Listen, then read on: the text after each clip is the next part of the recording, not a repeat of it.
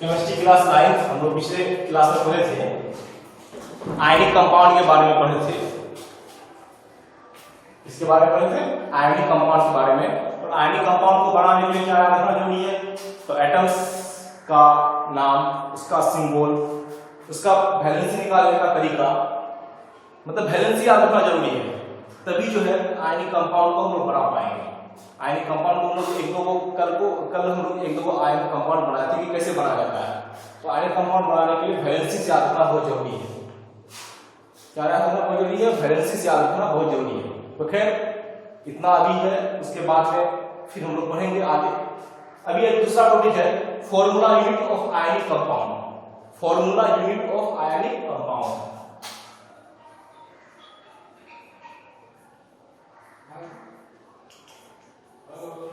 Formula unit of ionic compound.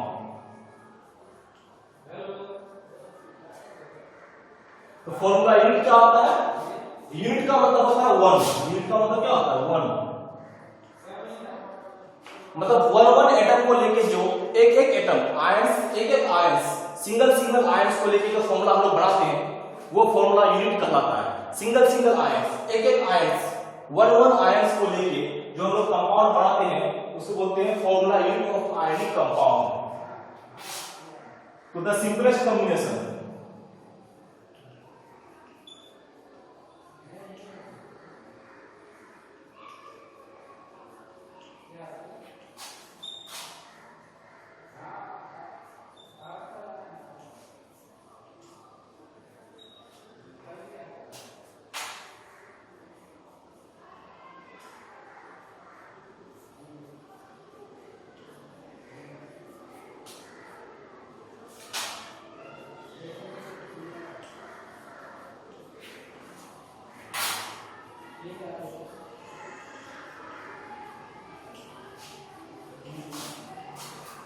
तो the simplest combination of ions, ion का simplest combination मतलब एक ions को लेकर जो कंबाइन करते हैं और जो इलेक्ट्रिकल न्यूट्रल सब्सटेंस देता है उसको बोलते हैं formula unit.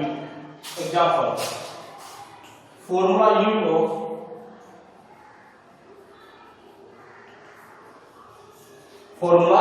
Unit of sodium chloride.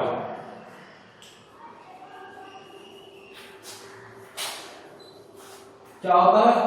NaCl। Simple NaCl क्या है? सोडियम का एक एटम और क्लोरीन का भी एक एटम। तो सिंगल एटम को लेके सिंपलेस्ट कॉम्बिनेशन है ये आयंस का, और जो फॉर्मूला बना उसको बोलते हैं फॉर्मूला यूनिट। सोडियम क्लोराइड को बोलते हैं कॉमन सॉल्ट। क्या बोलते हैं? Common salt. जो सॉल्ट हम लोग खाते हैं उसमें सोडियम क्लोराइड पाया जाता है, कॉमन सॉल्ट। तो सोडियम क्लोराइड में सोडियम का यहाँ पे एक एटम है, क्लोरीन का भी यहाँ पे एक एटम है, जबकि ऐसा है नहीं। सोडियम क्लोराइड का ये एक्चुअल फॉर्मूला नहीं है, ये फॉर्मूला यूनिट है। एक्चुअल फॉर्मूला में तो सोडियम का भी बहुत सारा पार्टिकल्स होगा, इनफिनिटली मेनी पार्टिकल्स है। क्लोरीन का भी बहुत सारा इनफिनिटली मेनी पार्टिकल्स है। सोडियम का भी इनफिनिट मेनी पार्टिकल्स है। जो एक्चुअल फॉर्मूला अगर सोडियम क्लोराइड का है तो सोडियम क्लोराइड में सोडियम का भी इनफिनिट पार्टिकल्स है, क्लोरीन का भी इनफिनिट पार्टिकल्स है। लेकिन हम लोग सिंपलेस्ट फॉर्मूला का यूज करते हैं और उसको बोलते हैं फॉर्मूला यूनिट। तो हम लोग ऐसे यूज करते हैं, केमिकल रिएक्शन में लिखते हैं या कोई भी जो फॉर्मूला लिखते हैं, हम लोग कोई भी चीज का जो फॉर्मूला लिखते हैं, फॉर्मूला जो बनाते हैं वो एक फॉर्मूला यूनिट होता है। फॉर्मूला यूनिट होता है, सिंपलेस्ट कॉम्बिनेशन होता है आयंस का, एटम्स का। ये अगर फॉर्मूला यूनिट न लिखा जाए तो फॉर्मूला यूनिट अगर न लिखा जाए तो सोडियम क्लोराइड का फॉर्मूला क्या हो जाएगा? Na n पार्टिकल, n मतलब मैनी, n मतलब मैनी पार्टिकल सोडियम का, क्लोराइड का भी मैनी पार्टिकल्स। ये होना चाहिए एक्चुअल में किसका फॉर्मूला? सोडियम क्लोराइड का फॉर्मूला। ये एक्चुअल फॉर्मूला नहीं है, ये फॉर्मूला यूनिट है। ये जो है सोडियम क्लोराइड का एक्चुअल फॉर्मूला नहीं है, ये फॉर्मूला यूनिट है। एक्चुअल फॉर्मूला ये होना चाहिए, लेकिन हम लोग इसको लिखते नहीं है, हम लोग सिंपल वे में लिखते हैं NaCl। इसको बोलते हैं फॉर्मूला यूनिट। क्या बोलते हैं? Formula unit.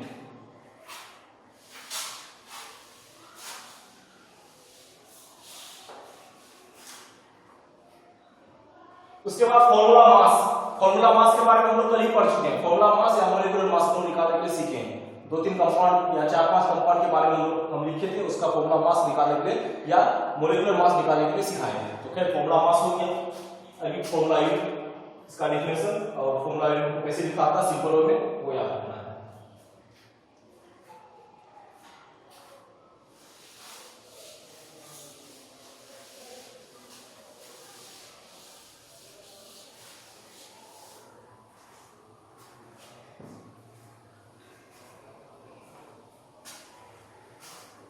अब कुछ अमीनो एसिड होता है केमिकल फॉर्मूला क्या होता है, तो ऐसे बता देते हैं केमिकल फॉर्मूला क्या होता है, शॉर्ट हैंड रिप्रेजेंटेशन होता है किसी भी कंपाउंड का। शॉर्ट हैंड, शॉर्ट में लिखा आता है सिंबल के रूप में, सबस्क्रिप्ट के रूप में शॉर्ट हैंड रिप्रेजेंटेशन होता है।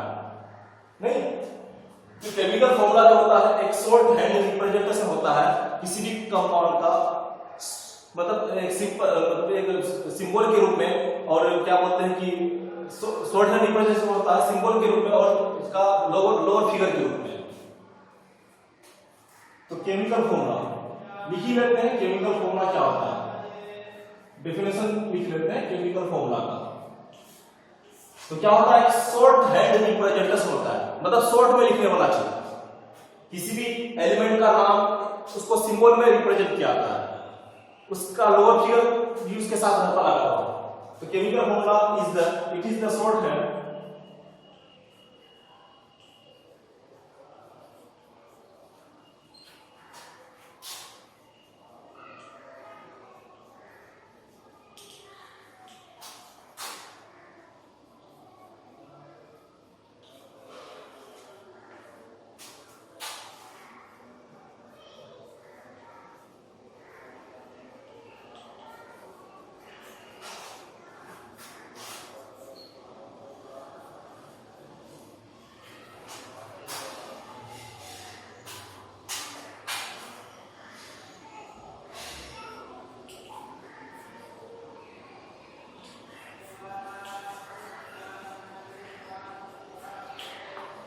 तो केमिकल फॉर्मूला क्या होता है, शॉर्ट हैंड रिप्रेजेंटेशन, शॉर्ट में लिखा जाता है कंपोजिशन का, क्या क्या है उसमें, कौन कौन एलिमेंट है, कौन कौन एटम है, in the form of symbols, symbols के रूप में, और सबस्क्रिप्ट, मतलब जो नीचे लिखते हैं उसको हम लोग बोलेंगे सबस्क्रिप्ट, इसको बोलते हैं विचार लेंगे एग्जांपल में, जैसे calcium chloride, calcium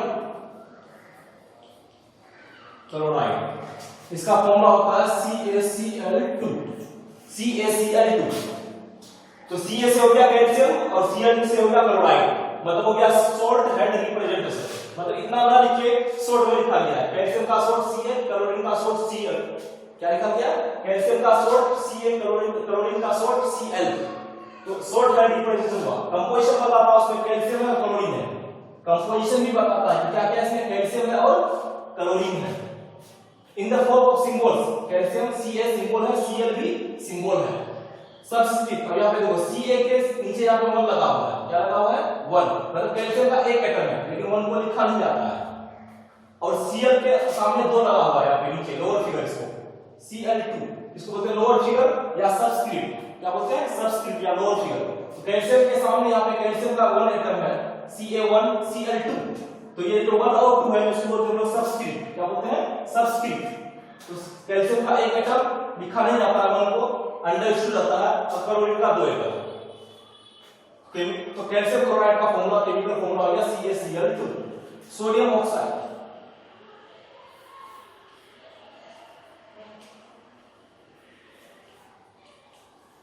sodium oxide, इसका फॉर्मूला होता है Na2O। तो Na से हो गया सोडियम, O से हो गया ऑक्सीजन, N के ऑक्साइड, तो शॉर्ट हैंड रिप्रेजेंटेशन हो गया, तो इतना नहीं कि शॉर्ट में लिखा जाए क्या, और ये कंपोजिशन को भी बताता है, किसको बताता है, कंपोजिशन को क्या क्या है इसमें, सोडियम है और ऑक्सीजन है, सिंबल देख के पता लग जाता है कि सोडियम है और ऑक्सीजन है। सिंबल्स एंड सबस्क्रिप्ट, यहाँ पे सोडियम के आगे यहाँ पे लोअर फिगर 2 है, यानी सबस्क्रिप्ट 2 है, यहाँ पे 1 तो लिखा नहीं जाता है, तो हो गया Na2O। ये जो 2 और यहाँ पे जो 1 है वो लिखा नहीं जाता है, इसको बोलते हैं लोअर फिगर यानी कि सबस्क्रिप्ट, क्या बोलते हैं सबस्क्रिप्ट, तो इसको बोलते हैं केमिकल फॉर्मूला, क्या है केमिकल फॉर्मूला।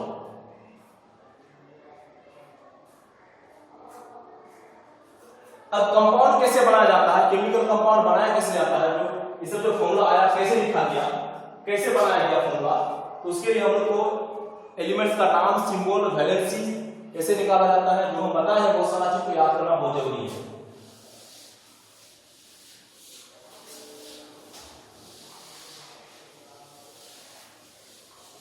अब हम कुछ कंपाउंड को बना के दिखाते हैं कि कंपाउंड बनता कैसे, कंपाउंड कैसे बनाया जाता है। तो फिर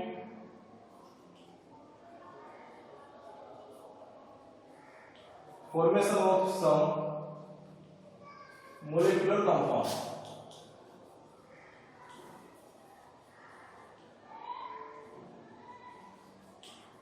कैसे बनाया जाता है, मोलिकुलर कंपाउंड को कैसे बनाएंगे। एक नंबर हम लोग वही करें कैल्शियम क्लोराइड। कैल्शियम क्लोराइड को कैसे बनाएंगे, कैल्शियम क्लोराइड, कैल्शियम क्लोराइड को कैसे बनाएंगे।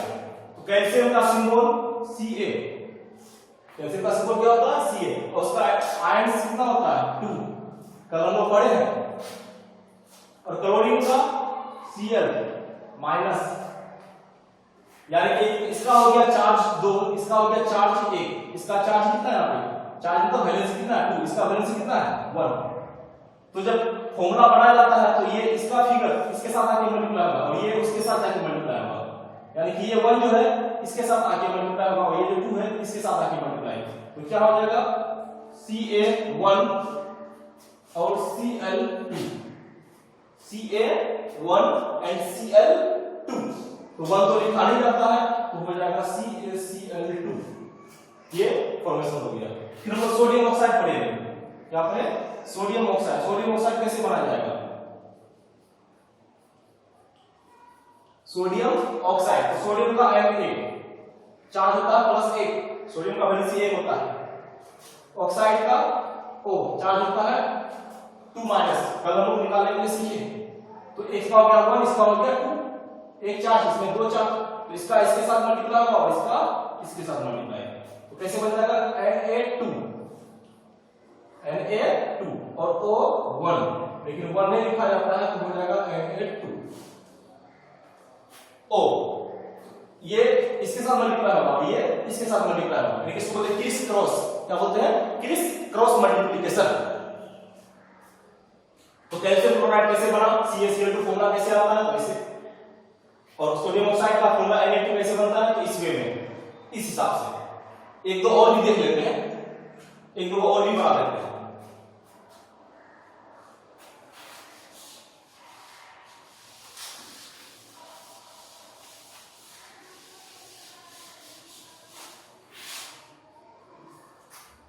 तीसरा number hydrogen sulphide. Hydrogen sulphide, hydrogen का H होता है, इसका चार्ज कितना है, सल्फाइड का S, इसका चार्ज कितना 2 माइनस, तो इसका 1, इसका 2, तो इसका इसके साथ मल्टीप्लाई, इसका इसके साथ मल्टीप्लाई। तो क्या लिखा जाएगा H2S1, लेकिन 1 नहीं लिखा जाता है तो H2S हो गया हाइड्रोजन सल्फाइड का फॉर्मूला। ये हो गया H2S हाइड्रोजन सल्फाइड का फॉर्मूला। चौथा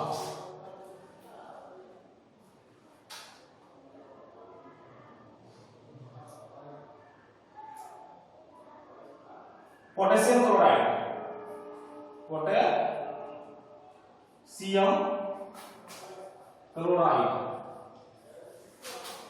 तो पोटेशियम का क्या होगा सिंबल K, इस पर चार्ज कितना 1 होता है। क्लोराइड का सिंबल Cl, इस पर चार्ज कितना 1, इसका भी 1, इसका भी 1, इसका इसके साथ मल्टीप्लाई, इसका इसके साथ मल्टीप्लाई। तो क्या हो जाएगा K 1 के साथ मल्टीप्लाई तो K1 और Cl इस 1 के साथ मल्टीप्लाई तो Cl1, K इस 1 के साथ मल्टीप्लाई और Cl इस 1 के साथ मल्टीप्लाई, ये इसके साथ और ये इसके साथ, तो क्या बन गया KCl। तो KCl किसका फॉर्मूला है, पोटेशियम क्लोराइड।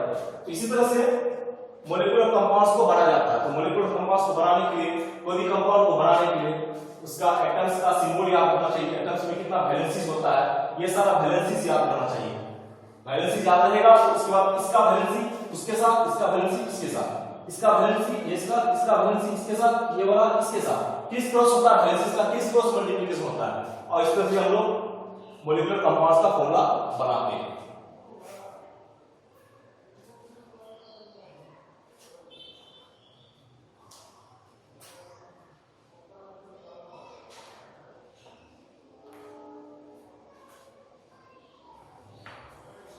और एक देख लेते हैं 5 नंबर,